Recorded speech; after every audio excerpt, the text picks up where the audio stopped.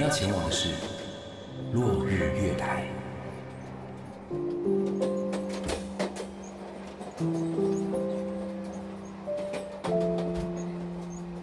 慢慢的，每一个作品其实都在把人从一个起点带到一个终点，但是终点之后呢？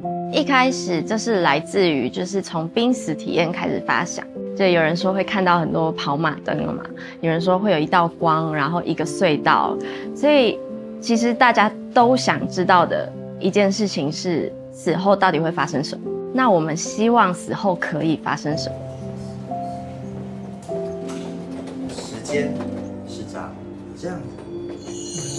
最后我们在现场就是观察参与者的发现，就是其实年龄层从12岁来到80岁都有。原本认为面对死亡这件事情，对于亚洲人来说是相对来说禁忌的，就没有想过就是60岁以上的长者们也愿意来体验这比较新鲜的尝试，这样。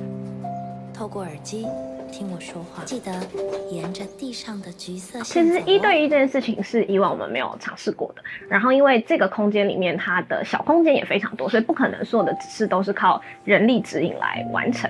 所以怎么样让观众自主移动，而且正确的移动是最大的问题。那我觉得蛮有趣的，因为它等于是半自动化的引导，所以我们也设计了很多机制，就是如果今天真有人迷路，那现场工作人员要怎么应对等等。所以它其实是一层一层一层的防护罩，让事情可以照我们所想象的去进行。我们想要从体感切入，然后体感也是在沉浸式很好用的一个手法，包含一开始的车厢的暗，然后再很像一个审判室的赤裸，然后最后剥夺你的行动能力跟你的视觉，你的床也可以被推动、触摸，然后味觉、嗅觉，然后到可能没有观众、没有演员的一个空间。然后我们一样是同样的论述，叫做落日之后必有黎明，所有终点必是另一个起点。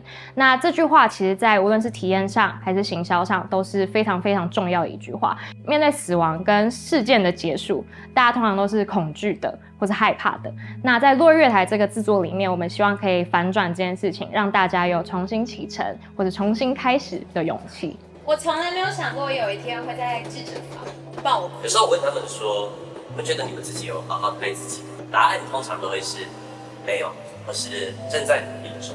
如果要相遇，那为什么还要离别呢？演了一阵子之后，发现就是演员一直不断的接受情绪是很辛苦的。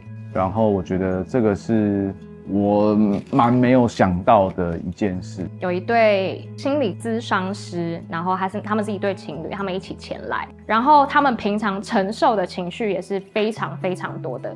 漂流者有点代替，不能说他们真的是咨商师，但是他们做到了一个倾听的角色，把平常在接收别人情绪的这一面交给漂流者们。这样，我觉得这件事情非常沉重，但是我很开心他们能够有情绪释放的空间跟时空。这样，落日月台就是一个承载最多眼泪的一个专案。然后从一开始，无论我们自己的内部彩排还是怎样的，就让我最印象深刻的是，无论各种年龄的人，或是男女，还有国籍，他们因为落日月台，然后这个作品感到全然的信任的状态之下，都让我觉得说，哇，原来我现在投入的这个作品可以带给大家有这样子的体验。落日月台就要关闭了。谢谢你们，让我觉得没有那么孤单。谢谢你们愿意分享这些故事给我。恭喜你重生了，然后去做那个你想做的事吧。就是没有各位的话，我会觉得哇，月台真是不简单呢。有很多的压力。下一个派对，谢谢你们出现在我生命中的角色，还是想当演员。好的，活下去。